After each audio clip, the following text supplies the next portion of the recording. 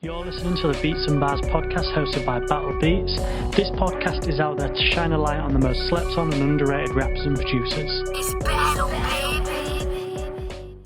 Hey, what's up? It's BATTL Beats here with the Beats and Bars podcast. Got a very special guest today. We have got AMERIKOU all the way from Brooklyn, New York. How's it going, bro? I'm good, man. I'm good. I can't complain. How's everything with you and the family? Yeah, we're steady away. It's not so bad. The restrictions are getting lifted slowly in England. What's it like over in Brooklyn for you? Right.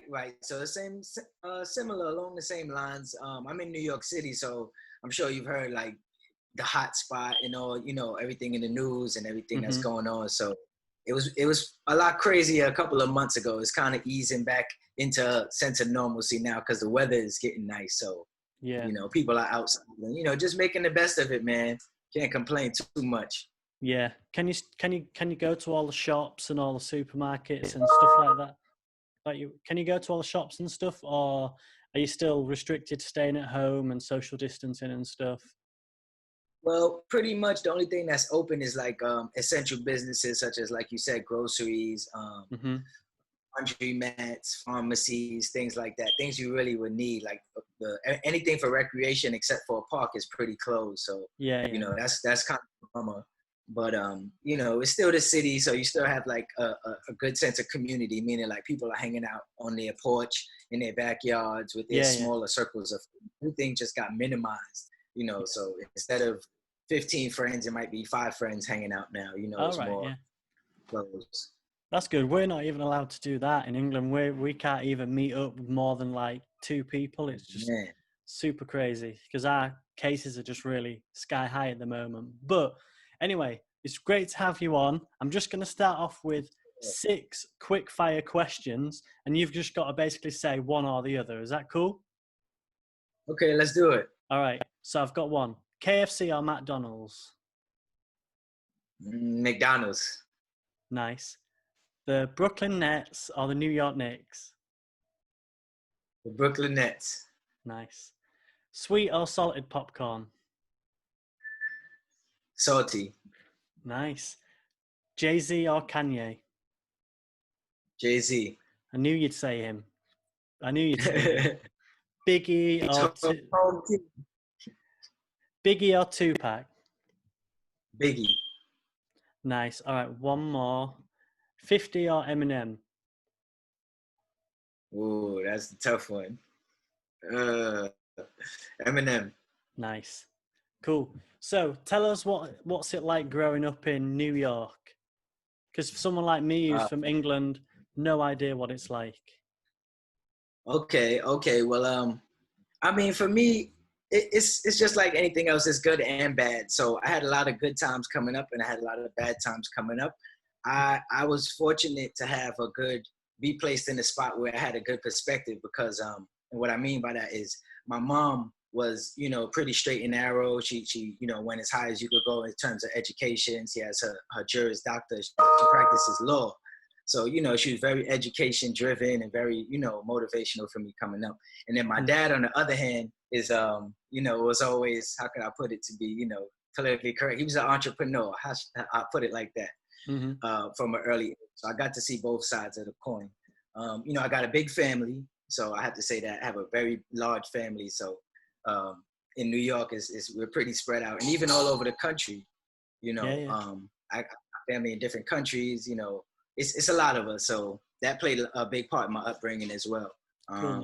Music was definitely always in the family as well. A lot of my older relatives, uncles, my dad, they were all involved in music. So it was always around us. Nice. That's actually how I started writing my own raps, from a cousin. Do you play any instruments at all? I actually did. So the funny thing is, a lot of people you wouldn't guess. But yeah, in high school, I played the tuba. Nice. I actually played at a couple of concerts too. Yeah, I had learned to read music and everything. But if you don't use it, you lose it. So I stopped practicing, and now it'd be really difficult for me to read. But I think if I got my hands on the tuba, I still know what to do with it. Yeah, you'd still be able to flow. Nice. Yeah. So music sort of been indoctrinated in you since you was a kid because of your family. That's kind of like me, really. My dad started playing guitar he was playing guitar all his life and stuff, and I was always Cool. playing guitar because he was showing me a few things, and you know, that was kind of how I started as well in the family. And I think that's how a lot of musicians and artists do start, because music's a big part of the life. But Right. when you was a kid, what was like the first song that you heard that was like, yeah, I really want to be a rapper? Well, I would say it was a lot of DMX. I would Mm-hmm. have to say DMX. I was listening to a lot of DMX when I was growing up. Mm-hmm. Around the time, so just to give you some backstory, like my parents are really close to me in age. They had me really young. So Mm-hmm. my dad, he's only, about 17 years older than I am. So what happened is that when hip hop was exploded, in the 90s with Jay-Z and DMX, because I'm born in 1991. So, Mm-hmm. I was just growing up when this was happening. So everything, I say that to say everything he was listening to, I was listening to. So, when he would buy a new DMX album, I was listening to it with him. When he would buy a new Jay-Z album, I was listening to it. So I kind of got to get it as it was coming. So that, I think, played a heavy aspect, and even now to where people today, when they hear my music, they're like, I can tell you've been writing for a while. And I'm like, yeah, I have. I've been writing since a kid. Yeah. I mean, your music is, your bars and your lyrics, the proper professional. It doesn't sound like you've been rapping, for a year or so. It seems like you've been going at it all time, and your overall production is really high quality, which is really, really good. And it's great to see from it's great to see that for an underground artist, because there's a lot of underground artists that are just starting out who maybe have been rapping for like a year, 5 months or whatever, and you can tell they've got potential, but they're not quite there yet. Right. They need a couple of years of just writing and becoming a bit of a seasoned vet. Whereas in your music, it sounds like you've actually been going at it a long time, and you're really talented and really good, man. And it's great. It's Appreciate great that. to hear. What sort of stuff do you like writing about? What sort of things do you draw from? Maybe life experiences or stuff like Right. that. What's your motivation behind your lyrics and stuff? Well, you kind of touched on it a little bit. Basically, like you said, I try to create music that is a reflection of things that I really lived or have went through, so that it's not just like, just a bunch of just blah, blah, blah. So when a person is listening to my music, they kind of actually are getting a window into like my real life. So 90%, 95% of the things you hear me say in a rap is I'm telling real stories. I'm stating real names of people that, played an impact in my life and things like that. So when these people hear it, it gives them a special sense of like, wow, he's talking about something that's real, but to the outside world, they might just think it's just, a story. So I really try to, keep it connected to my life when I put out songs. In my younger age, when I first started writing around 12, 13, I would just rap about anything. I was a lot of, 50 Cent gangster driven music, Yeah. a lot of killing and shooting and, just anything, just being creative. Yeah. But when I started taking it serious is when I decided to, really start telling my story in the music, Yeah, that's really good, man. I I always think it's good to tell your story as a person, because every single person's unique, and every single person's got a story to tell. And I often find the music that I enjoy listening to the most is like a story that's been told, because it's like Yeah. a journey. Like I remember one of my friends was like, "You need to listen to J. Cole's album." I can't remember which one, but it was like, 'cause it's a story from track one to the end, and it's like a journey, and it's really good. And I noticed that you've got a new EP out. Do you want to tell us a little bit about all? Is it All Praises Due? Yep, Do you, exactly. So I just put out a 5-track EP called All Praises Due. mm-hmm, It's streaming everywhere, all streaming platforms, mm-hmm, YouTube, etc., Spotify's. So basically, a little backstory on that is just before the COVID-19 pandemic had hit. This is like early March. Everybody was still at work. Things were moving around. Everything was fine here in New York City. I was just making preparations to put out a full-length project, my first debut full-length project, because up to this Yeah. point I've only put out EPs, you know, just because I'm building up a following and building up my listeners, basically my fan base. So I was just about to put out a full 10-track project, and the corona hit and they canceled my listening party. Everything just started going haywire. So, you know, I was really kind of down about that, man. It was like this project that I was working on, I've been making it for about 3-4 years. The project that I didn't put out, I was making it for about 3-4 years. So when that happened, I was really like down. I was really, you know, it took a toll on me. I was really upset that I couldn't have this party, you know, and like the rollout, I couldn't roll it out in the way that I planned.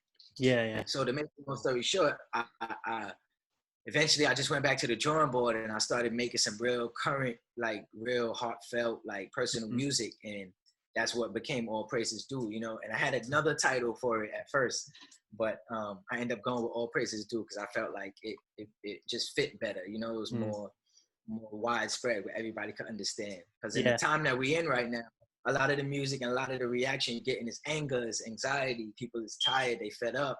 You know, I'm sure it's the same thing in London. I'm sure people is, oof. Yeah, man.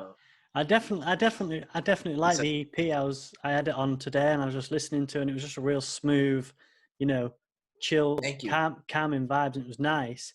And I noticed a bit of a gospel influence as well in some of the music, which I thought was quite fitting for the time as well. I really like the music, man, and the bars and the flow was just on point, man. Like, I think you killed it. You have a favorite? What's your favorite track on there?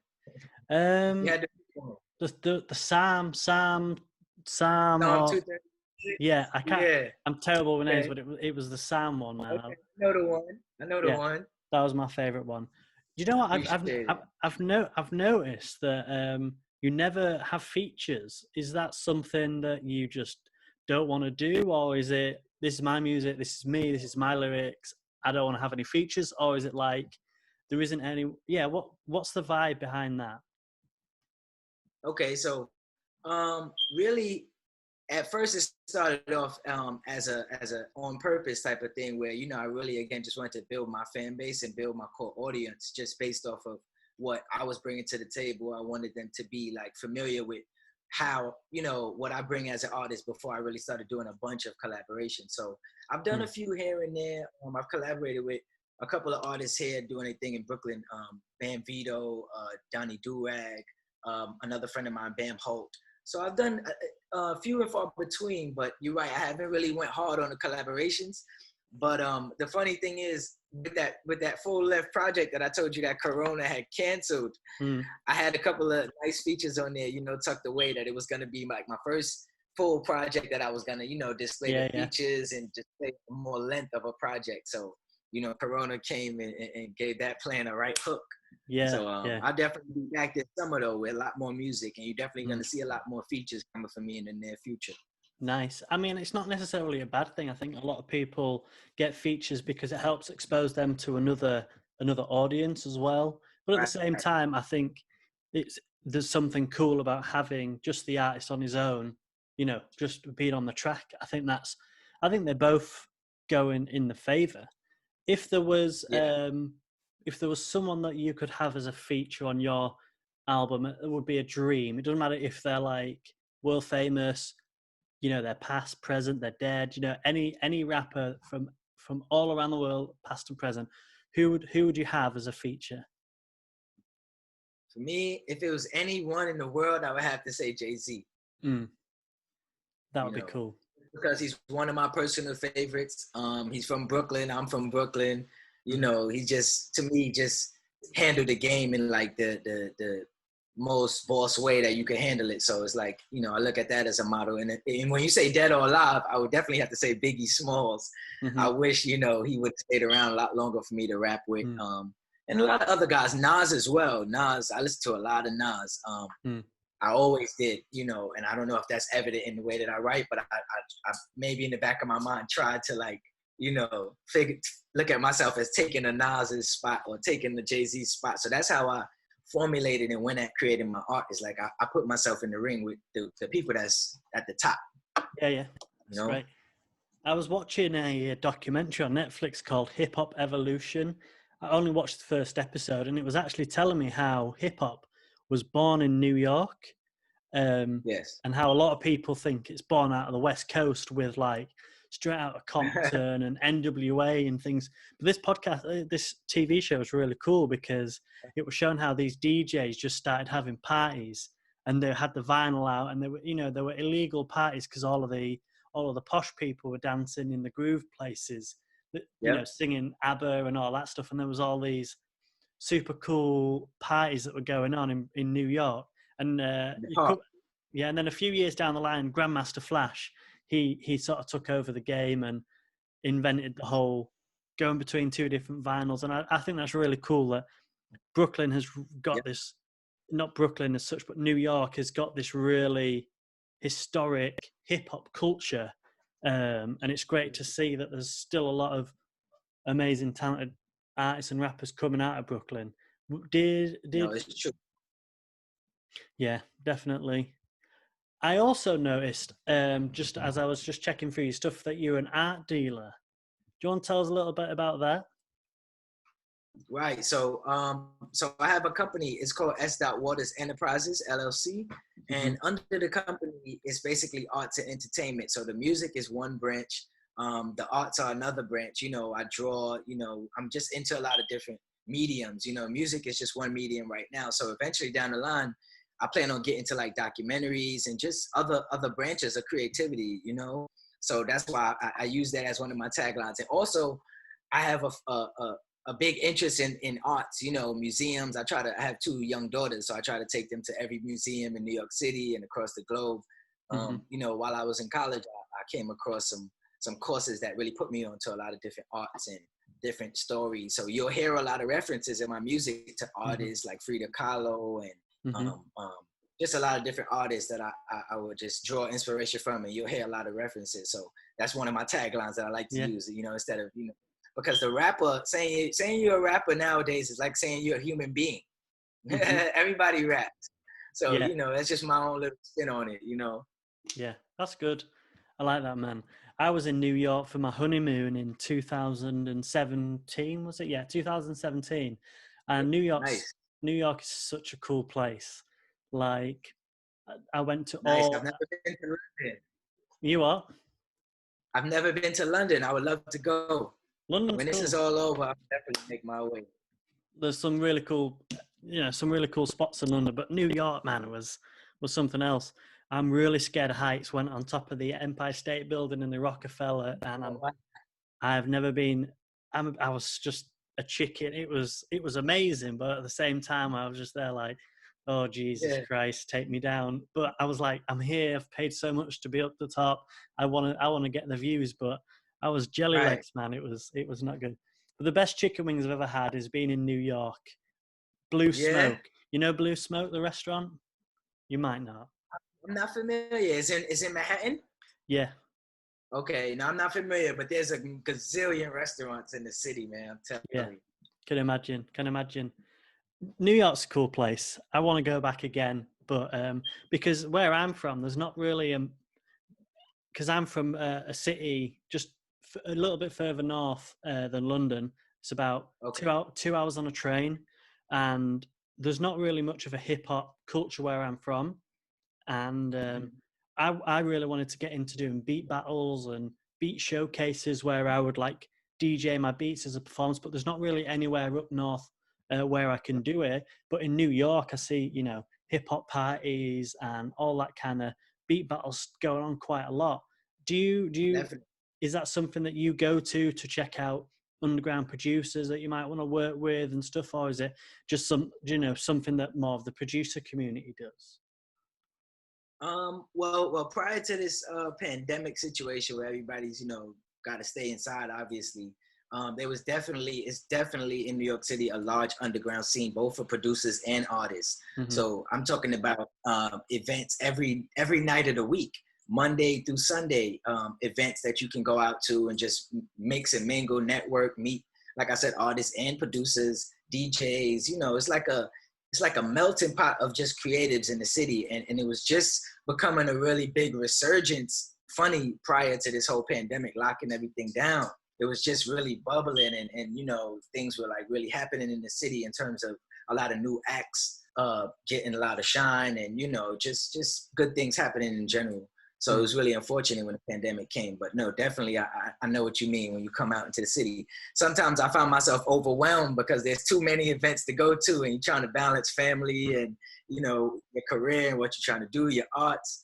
So yeah, there's definitely ample opportunity for creatives in the city. And I would assume in London as well, maybe not where you are in the north, but I would assume there's a big hip hop scene in London, correct? Yeah, it is. It's a little bit. It's a lot more grime, and it's a different style of rapping than I like. But yeah, there's definitely a big grime scene, which is really cool. And it's really cool to see that it's rising up. But yeah, there's not. It's kind of a separate thing. Is the grime? I would say. There'll probably be people that are saying that I'm wrong, but that's just my opinion. But yeah. Are you, what's your freestyling like? Are you a good freestyler, or are you more pen to paper? Yeah. No, I think I can freestyle pretty good. I wouldn't say it's as good as when I put, thought process and really, well, how can I say, like a motivation behind creating a song. But I definitely can freestyle. That was an early tool that we had developed, me and my cousins, that is, because I come from a group originally. Me and three of my cousins, we were a group called DTS, Deuce Trey Six. So the four of us, we all came up rapping, and basically everybody as we got older kind of, started doing their solo thing. We all still create, but early, what I'm saying is that was a tool that we developed from just being outside, hanging out with friends. You had to be able to freestyle and just get in a cipher and everybody just go pass it around and around. So, I still freestyle from time to time. And actually, one of the major influences in me starting to rap in general was my older cousin, Syke. He's about 7 years older than me. So, he was about 18 and we were kids. And he's one of the best freestylers I've ever known to this day. So, coming up under him, he definitely would put it in us like, you have to know how to freestyle. If you go up to Hot 97 Funk Master Flex or the biggest, Tim Westwood or any of these big platforms, in my opinion, if you say you're a rapper, you better know how to freestyle. Yeah, that's true. So do you do many live shows, or have you not jumped into that world just yet? No, I have. So I've done shows, all around the city, Texas, Charlotte, North Carolina. I haven't performed anywhere out of the States yet. Hopefully when this pandemic is over, maybe, I don't know, I'll be in London cool. sometime. Yeah, we can link up. That'd be great. I definitely was part of the underground, performance scene in New York City, performing at places like SOBs, just lounges and restaurants all over the city, wherever I just getting in where I fit in. That's where I really started to build a lot of the buzz and the core fan base around people seeing what you do. Because it's one thing to put songs out on the internet, but it's another thing to be a performing act that people can say that, they connected with in person. Yeah, definitely. Do you find that a lot of people start following, you on social media and start streaming music on Spotify if they see you live more so than if they see just some randomer comes across your page? On if you're on the explore page on Instagram, right? I definitely feel like the shows gives a more personal connection with the artist and the fan. So every time I do a show, I definitely gain a more real physical following. When I say physical following, a lot of times you'll get follows on social media, but they might not physically represent a person that's invested in you. So when you go out and do shows, you're more likely to meet fans that's invested in you as an artist than, just strictly over social media. Yeah, definitely. Hey, nice, man. So what would you say is the thing that keeps you motivated to keep grinding, to keep rapping? Life's busy. You're a family man. I'm sure you've got a lot of hustles going on at the minute. You've got your family, you've got this, you've got that. What is it that keeps you motivated on the grind? Really, I would say first and foremost, my kids, but behind my kids, I had two young daughters, 5 and almost 1. So definitely my children keep me motivated, just to keep going, just to do more. And really, I do it for myself, man. It's like a lot of people ask me, they're like, where do you want to see yourself 10 years or 5 years or when this is all over? Do you want to be like a Drake or whoever you want to fill in the slot, these big, popular superstars? And honestly, I won't shoot it down, but in my heart, I'm fine with just creating music for people that fuck with it. You know, people that like it, people that dig it. It's like, you know, I'm just taking it wherever it goes, man, and just creating. The funnest part for me is the creating. Performing it is cool. People getting reactions is cool, but the best part for me that I enjoy, the most enjoyable part, is creating it. Yeah, nice. So as long as I find enjoyment in that, I'll keep going. Yeah, definitely. If you're not passionate about it, if you don't love what you do, I really don't think you're gonna do anything with it. You know, it's passion that breeds success, I think, and from passion, it breeds commitment to the grind and to trying to make something from it. And I see a lot of talented rappers and producers that are really talented, but they're not that passionate about it. And you know, they just post something, you know, once every few months, and it's like, yeah, I'm still here, but I'm, you know, life's taken me over and things. You've just got to push through that and push through the grind. But anyway, man, I think we're gonna bring the podcast to a close in a minute now. But it's the new EP, All Praises Due, that we want people to be checking out, and also some of your other EPs like Panthera, which is a great EP. I've got a placement on there on the song King.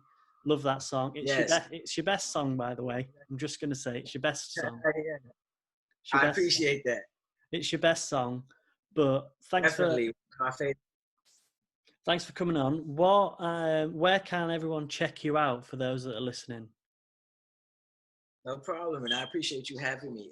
So first and foremost, the EP All Praises Due is streaming everywhere: Apple, Tidal, Spotify, YouTube, anywhere you play your music. You all can find me on Instagram, Twitter, Facebook, all at AMERIKOU, AMERIKOU, AMERIKOU.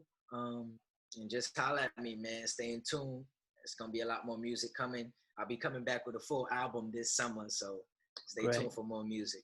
It's going to be good. But what was the motivation behind the name AMERIKOU? Okay, so just to give you a quick backstory on that, when I was in high school, my first project, my first mixtape in high school was called Killer for President. So at that time, I was using the moniker Killer Coup. You know, I was young, and again, I was heavily influenced by, you know, the 50 Cents of the world. So eventually, that transformed over from Killer for President. I just took it as it's my view. My art is my view on young Black America. It's my view on society as I see it where I am. So, you know, my real name is Sekou. So I combined that with, you know, where I am, and there you have it, AMERIKOU. Hey, that's great. AMERIKOU, thanks for coming on, bro. Really appreciate it. This is a solid episode, and I think the people listening are going to like it. I'll drop your links in the description. But yeah, thanks a lot, man.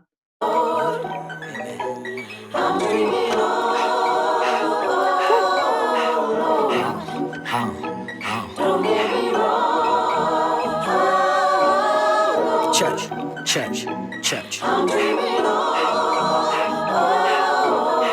All praises due.